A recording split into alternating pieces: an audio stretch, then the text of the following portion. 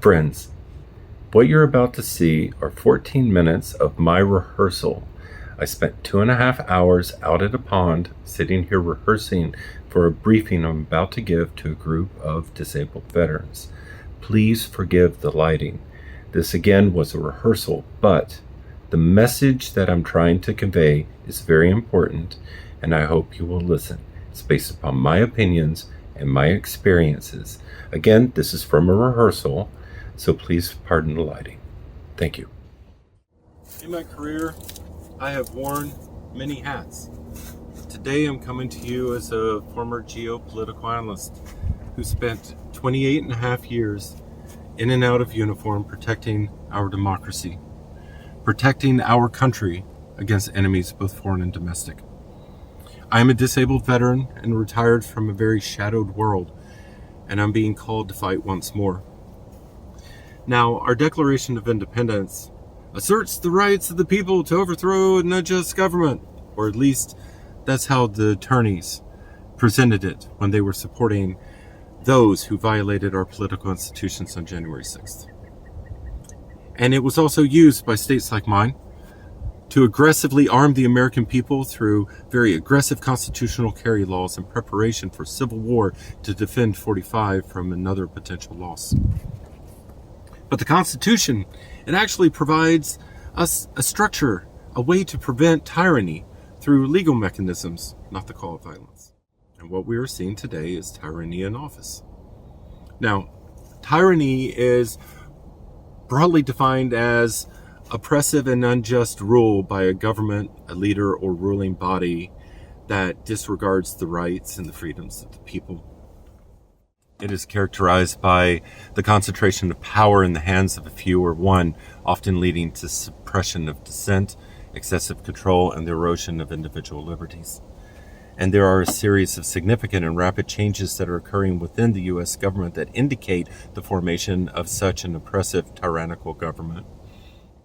Currently, there is an extreme consolidation of executive power as President Donald Trump has exhibited actions that suggest the expansion of executive authority. For instance, in a meeting with state governors, he equated his executive orders to federal law, stating, "We are the federal law," and threatening to withhold funding from states that did not comply with his directives. He also declared himself a king, trying to change his title to reflect his ambitions. Though free speech is being preached by X and preached by the right, news outlets are being denied permission to report presidential briefings, being denied access to the White House. We are seeing liberal web pages and posts on social media being censored or removed, content strikes and other punishments being levied on liberal or democratic posts, while conservative posts and advertisements are being pushed indiscriminately through to all users, spreading misinformation and misdirection. The administration has removed over 350 government web pages that contain LGBT community policies, information, and resources. This includes the elimination of content from the White House and other federal agencies, effectively censoring information vital to that community. And then you have Executive Order 14168, titled Defending Women from Gender Ideology, Extremism, and Restoring Biological Truth to Federal Government, which redefines sex as strictly between male and female based upon biological attributes. This order has significant implications for transgendered individuals and may also affect women's rights in various sectors, as we've seen with the SAVE Act. If a woman gets married and changes her last name, doesn't match her birth certificate, she loses her right to vote. The administration has also intensified efforts to deport undocumented immigrants, a policy that disproportionately affects individuals from Latin American countries. This has raised concern about racial targeting and humanitarian impact of such actions. With the use of Guantanamo Bay, this brings the possibility of additional humanitarian abuses and the possible ending of life for certain individual migrants. There are no legal authority, there is no oversight, and there are no limits to the activities that occur at that location. And I predict that we will see it used as America's first concentration camp. One of the most disturbing issues I see are the federal workforce reductions. This is crippling our infrastructure, our defense, our social nets. Under the direction of Elon's Department of Governmental Efficiency, there have been significant layoffs of federal employees. The list goes on.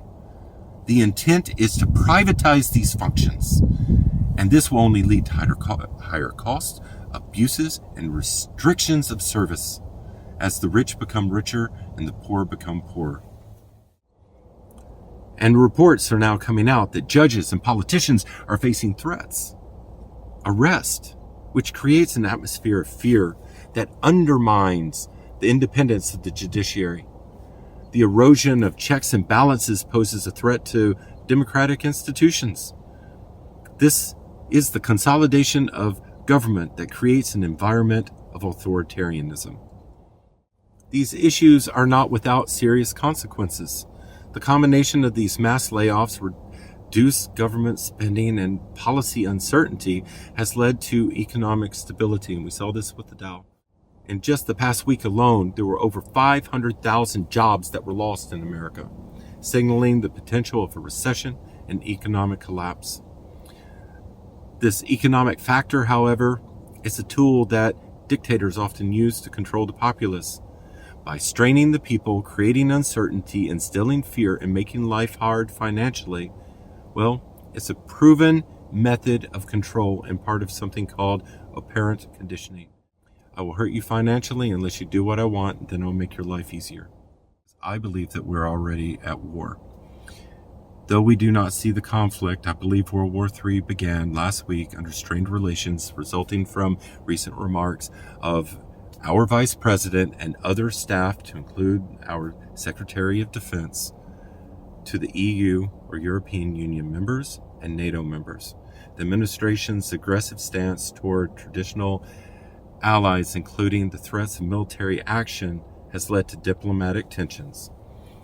The realignment of U.S.-Russian relationships threatens the European nations. This shift in foreign policy is resulting in international isolation and has weakened our national security. It has also weakened alliances that now open America up to aggression from hostile countries such as Russia, China, and Saudi Arabia. Recent comments from world leaders indicate that the United States is perceived as a threat, and they have started taking defensive postures in preparation for American aggression. Given the current trajectory, several scenarios come to mind. These may unfold in the upcoming year. And remember, these are just scenarios. The erosion of democratic institutions, or the consolidation of executive power, coupled with the suppression of dissent and undermining of our judicial independence, will lead to an authoritarian governmental model, and we're beginning to see this form at this time. Civil unrest. Policies perceived as oppressive or discriminatory could trigger widespread protest and civil disobedience, potentially leading to clashes between citizens and law enforcement. As the dismantling of our Constitution continues and the rights of the people are stripped, the unrest will grow. Then we have economic recession and depression. As continued job losses and cuts to our social programs continue, we're going to see a decreased consumer spending, rapid inflation, business closures, prolonged economic downturn, and we're going to see our housing market crash, the stock market crash, and an incredible increase in poverty. International isolation. Well, aggressive foreign policies and strained alliances could and can lead to economic sanctions, reduce foreign investment, and dismantle global influence. Also, there are legal challenges and resistance. Opposition groups and civil rights organizations and some state governments are going to have to intensify legal battles against federal policies, leading to protracted struggle over constitutional rights versus state sovereignty. It is important to note that, again, these are potential scenarios based upon current events and reported actions. The actual course of events will depend upon various factors, including public response, legal interventions, and political dynamics. Right now, I suggest that we all start participating in anticipatory disobedience. That's our conscious act of preparing ourselves individually or collectively to resist these unjust laws and oppressive regimes before they're fully entrenched. We do this through protest and legal challenges, and most importantly, through awareness, education, and unity. See, knowledge is a powerful shield against the propaganda and lack of transparency that we are seeing through this administration. We must remain educated and aware of their proposed policies, their proposed laws, and or practices, especially those that can harm vulnerable groups. Authoritarians always attack the most vulnerable first. We must build community solidarity, organizing and building coalitions across diverse groups, because division weakens us. They want us to be divided.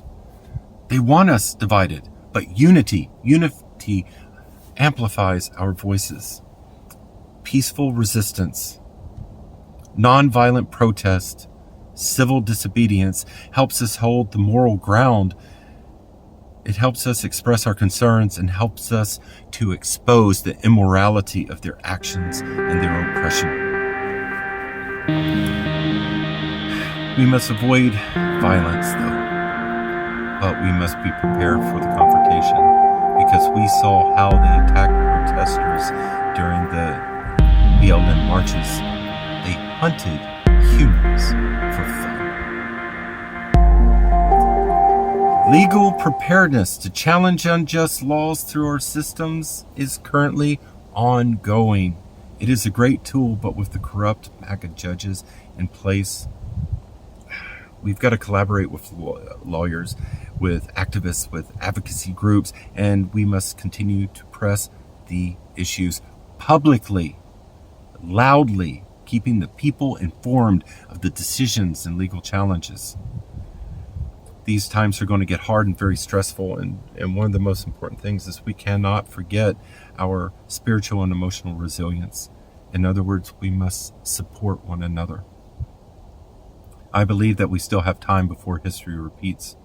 We are facing head-on fascism from two powerful men who are consumed by greed and the desire for absolute power. But they're fearful of the people. They are fearful of the people because they know they're wrong, and they are afraid that we're going to stand up against them.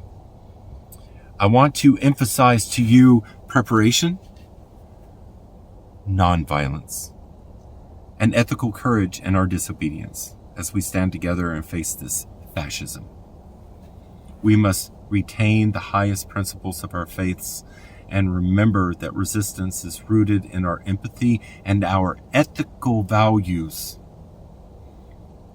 Spread the word of hope. We have traveled this world before. We have been on this path before, and we have prevailed. We will do so again.